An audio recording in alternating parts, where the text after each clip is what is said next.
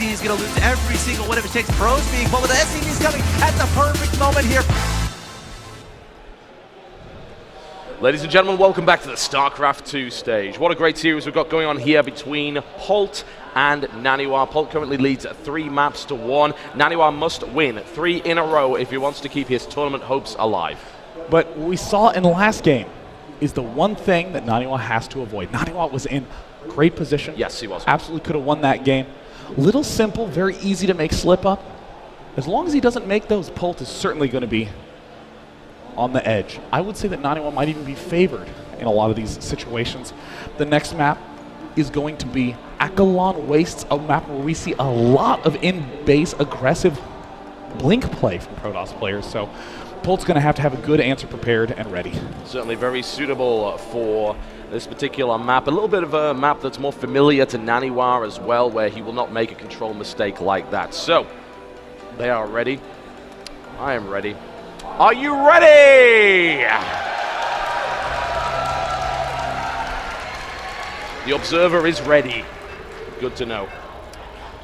All right, here we go, folks. Akalon Wastes. Will this be Naniwa's last shot?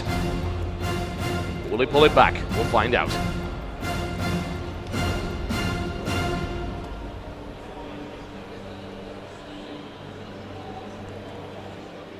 Spawning in the top left-hand corner. He's been a crowd favorite for years and continues to show an impressive performance here at the MLG Spring Championships. From Cooler Master Storm, it is Polt!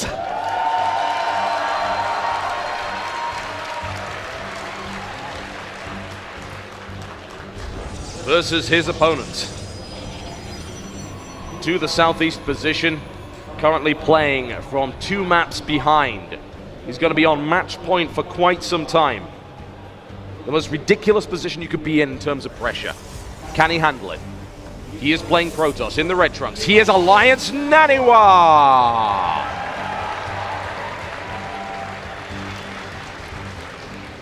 You know, one thing that always really struck me when I first met Naniwa in 2010 at the MLG that he won. He played in the open bracket, won 26 games in a row, until he lost his first game in the finals that he wound up winning anyways. And what he said is he loves the pressure. He loves being on stage, hearing that roar of the crowd. And it's so easy for players to talk about their nerves, how they hear the crowd and it's distracting and they start to become self-conscious, but rarely ever do we hear about a player who loves playing under that level of pressure. And now down 1-3, I mean, if he can pull this back, that will be such a staggering display of skill. Yeah, and it could only be more insane if Naniwa was 3-0 down. And Naniwa's already demonstrated his ability to beat Polt. And to be fair, aside from that control mistake, he would most likely have won that engagement. With 3 Colossus versus he won, which he had there, then I would have given him the edge in that particular fight. Yeah. I mean, as long as he just plays a little more conservatively. He's not doing any sort of shenanigans right now. He's going straight into a pretty typical Zealot Cybernetics core timing. We're seeing it looks like a Reaper coming up out of Polt. So an excellent build on this map because, of course, you're thinking, geez, I do not want to lose any sort of Blink Stalker. So he's going to get that scout out early. He's going to get it out right away. Nice map for it as well. You've got a couple of different options as to where you want to blink in. Not the best map, but certainly not the worst for Reaper play by any stretch of the imagination. Polt is going to go again for an engineering block. A Zealot is coming out, though. So Naniwa tends not to skip the Zealot, and it is the right move. Of course, he sees that with the pylon down there anyway. So this engineering bay is really not going to do a huge amount. Yeah, there's some interesting decision-making also coming out from Naniwa going for that sentry before the Mothership Core. Almost always we see players go for the Mothership Core. He might be doing something a little bit more old school and going for double sentry instead of the Mothership Core, but no, it looks like there's a Mothership Core coming up, queued up. Expansion en route for Polt. Oh, he doesn't want to get too far out with that. There is a Reaper on the way, so losing a sentry would not be a good start. But the Reaper is heading into the base. Of course, he will be aware of it now. He's going to try and pick a probe off in the process. Mothership Core moving forward will meet that Reaper. Things thus far are staying pretty calm, pretty collected. No big aggressive plays, and this is a very odd map for the late game because in a lot of maps you think of something like Whirlwind or gosh, even things like Daybreak or Neoplanet S. There's all this defending against drops you have to do, but then when you hit the mid game and the end game, there's big fields where you can engage your opponent. Here, there's not really a lot of good field positions. I mean, there's one directly outside each player's base, but you know, these top right and bottom left expansions, very cramped, very oddly positioned. Terrans tend to just run away until they have a big edge, and there's the really fast hallucination scout from Naniwa. There's also the kind of thing that we see in TVP on this map is that it's actually a really great map for Storm, and the reason being that you're able to sit up on the high ground with Templar and Storm as units pass, take control of the Xel'Naga watchtowers, and you generally have an edge in terms of positioning those particular storms and landing them for maximum effect. Now we're seeing a Widowmine actually come out here from Polt. Looks like Naniwa setting in the scout. He's going for his fast 2 Immortal push build, the one that he didn't do successfully in the first game of their first series. So now upon scouting everything, he sees, okay, there's Engineering Bay. It's going to be a big tech play, and this is going to be very, very tough for Polt to hold off. I mean, there's going to be 2 Immortals incoming. And it looks like there's the scout. Now, at this point in time, Polt is thinking, that's an observer that's coming out there. You are playing conservative observer style. Then he's going to see these gateways, and he's going to start to get real suspect. Yep, and still goes that. No. He doesn't block it. He's got to see the Immortal. Very nicely done there by Polt. A slight slip up with the force field. Would have been great if he'd been able to block that, but that has now been revealed. It doesn't necessarily rely on being hidden, but it would have been nice. Looks like Naniwa might just try to go right now with a single Immortal. It looks like he's actually going to try to beat the mines out. He's going to try to get there before the mines arrive. This is a very clever way to get around this, and we've seen this out of Naniwa for ages. When Banshee play used to be popular, he had a number of timing attacks that struck right as the Banshee finished, and that is how he would be able to keep his main alive. We're seeing Naniwa not halt his pro production. He's leaving the Mothership Core at home just in case. Still no observers. Unfortunately, he wasn't able to trigger the mine there. He would have loved to be able to do that, but it does take about a second and a half to actually fire off, so if the bunker is there, it can kill the probe before that's able to happen. Polt sees what's going on with the back rocks right there. They will go down very fast with the addition of the Immortal, and Polt bringing units to the front here. A couple of mines deployed in defensive positions. We'll see exactly what kind of connections they get. In the unit count, we see there's 12 Marines, 1 Marauder. There's no stim. He sees the mine. A single Zealot eats it. Yep, well, that could have been worse, certainly. Medevac now moving out just to keep an eye on where that army is, and he knows. Pro production now resumed. Observer coming out here as well, so Naniwa knows that this isn't really going to go anywhere. It's probably time to back off before the Terran sallies forth, or maybe just goes and drops the main. Yeah, there's really only one choice you have right now in Naniwa's position, and that's to go Twilight Forge. You haven't been starting your Colossus production early, and because you make Colossus out of the Robo facility, you can only make them one at a time. Whereas, you know, with Templar, it doesn't matter if you're a little behind on the tech, because you can make as many at a time as you have gateways. So Naniwa's going to be going down that tech path, and Polt should be able to identify that pretty quickly and be able to transition into Hellbat production now. So we're going to see the Warp Prism coming up from Naniwa. Again, very classic, traditional play. I'm going to be the defender, so I'm going to get my Warp Prism with my gateways to do the offensive work. And we're going to throw down Dark Shrine. When behind, build Dark Shrine. And adding the charge in there as well, and the Warp Prism, gives him a lot of different options. Yes, he could go Zealot Archon. He can use the Dark Templar. Nice pick off there by Naniwa, making sure that that mine doesn't get into position, but another one did manage to make its way to the third. Right now, looks like Naniwa is just going to be holding position, and Polt does his usual thing where he leads with a single Marine. Stim just now finishing up so we can begin to do some attacking. More barracks coming down. No additional engineering bays. A lot of people like to go for that fast 2-1 upgrade, but no, looks like Polt favoring the aggression first. There's the additional 4 gateways coming out for Naniwa. We see that single Warp Prism sneak its way up the right side, and Polt is going to try to move into the front. All right, well, there's a reasonable amount of stuff defending it, so that could be a little bit of a difficult attack to make, especially with force fields available here. Here comes the Stim Mothership Core with the Photon Overcharge. It's a shame he wasn't able to force field that off and maybe trap a few units to be killed by the Photon Overcharge, but he defends successfully. This is a pretty typical position to be in right now as a Protoss player, behind by a little bit of supply. You'll get behind by as much as 30 or 40 for a brief period of time until you can get some of those really big power units up, but we see that Warp Prism moving in. Has the Zealots. Dark Templar have not yet been warped in. He's going to try to drop down here, distract his opponent, and then get the DTs. in the main. Yep, sounds like a good idea indeed. Goes in slightly before charge finishes, which is unfortunate because if charge was done, he'd have got a couple more SCVs there. It does, however, serve its purpose to distract. However, the supply depot is going to be the hero of the day, and it's going to spot that. And there's the warp in, and it looks like he only has 2 scans. So with these 2 DTs, it's going to be a little bit tricky. Expansion goes down, Naniwa third base, and he's going to also do a DT warp in down at the third. So right now we're seeing the scan in the main has managed to keep things alive, but Naniwa is starting to pick off SCVs and the natural expansion. And he's just warped DT into the third base as well, so he's denying mining there too. Another scan goes down, there's the second one, but there is that third.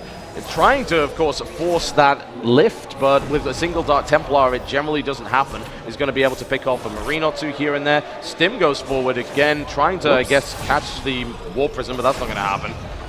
And I mean, right now, there's just no additional scans. So right now, Polt is still mining on 2 bases. We see that Naniwa has gotten his third base down, is getting the +2 armor, and just going Immortal, Zealot, Templar. Almost ran into the range of the missile turret, didn't do that. Denying mining from that third base is fantastic at this point. And this single Dark Templar is doing a phenomenal job. He's killed a reasonable amount of workers, but it's the mining time that tells the real story. Wow. Naniwa behind by about 20 supply. We see the 2-2 upgrades about to get started for Polt, as are the Hellbats, and this is where things get very tricky for the Protoss player. In this position, Naniwa, I mean, Wings of Liberty, you could continue to add on gateways, and you could go Zealot, Archon, Storm, just basic gateway units for a little while, but now Naniwa actually has to stay back, has to stay very, very defensive, because if he builds too many Zealots, he's going to just get ripped apart by the Hellbats. Yep, that's very, very true. Something he has to bear in mind. Interestingly enough, we are seeing the Mobius reactor upgrade coming in. Wow, that's a very fast Ghost upgrade. Yeah, it is. Surprisingly so. I mean, I was very expecting to see Hellbats coming in at this point in time, but Naniwa is just playing very conservatively. Cannons, pylons being planted all around his bases. I mean, they're all protected from warp in. We're seeing the Chrono Boost go down on the Robo facility, on the forges, to try to get as many upgrades as possible. More gateways coming out from Naniwa. No Blink yet. Blink still has not been researched. Interception coming in right here. Running halfway across the map, trying to get this Warp Prism, and I think they're going to be disappointed because the Viking's going to get it, but hey, never mind. Picks the Warp Prism off one way or the other. 3 Ghosts coming in. Now, this is, it's not a massive Archon force here, honestly. There are only 2 of them. There are no High Templar out on the map. Interesting choice.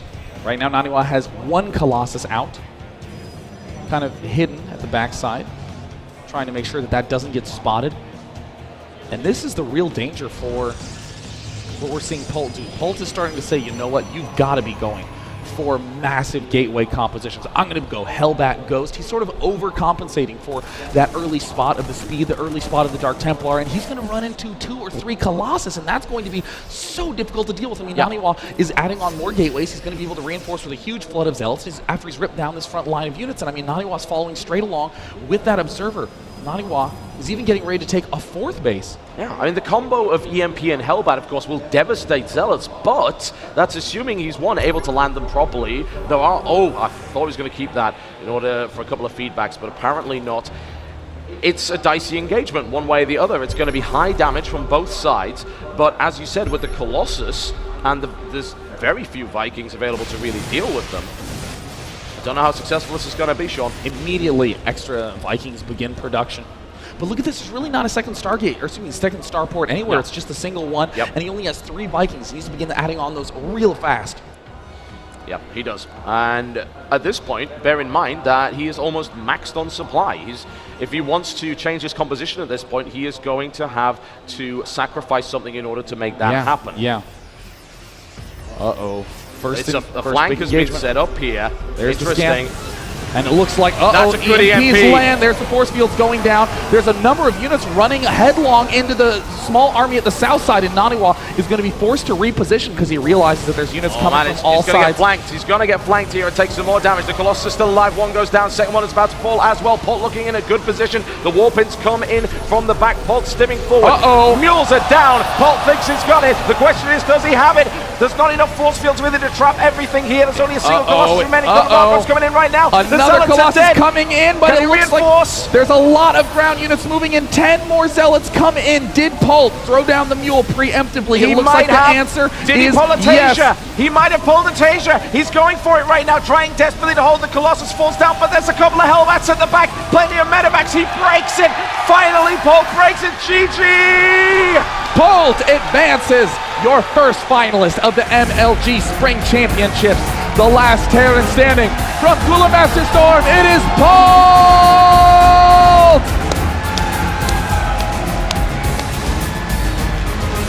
Pult, having thumbed down Naniwa in the first spot, walks over to Naniwa. They exchange some friendly words. Pult puts out his hand. Naniwa wrapping up his keyboard. Smiles all around. Well, he knows he was straight up beaten, quite frankly. There's no real question about that. Pult played phenomenally well. Oh, man. Well, Pult collects his American flag, showing that even if he's not in Korea training with the tip-top ESF and Kespa pros, he is still able to go toe-to-toe with the best.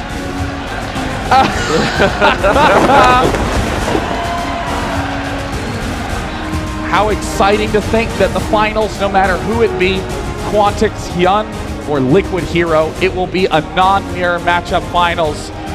What a fantastic series, having defeated Naniwa 2-0 their first engagement and 2-1 in the second.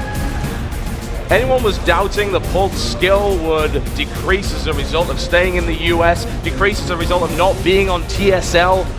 Well, eating their words at this point, Pult having already demolished a top Kesper Pro, taking out Naniwa twice and fighting his way through this bracket. He is now in the finals, and he of course awaits the terror of what is left in the losers bracket. That does mean that we have 2 matches left in this tournament. We have semifinal number 2 between Liquid Hero and Quantix Hyun, and after that will be the grand final of the MLG Spring Championships. Who will Pult face? We'll find out soon. I'm Day9. I'm Total Biscuit. We'll see you shortly.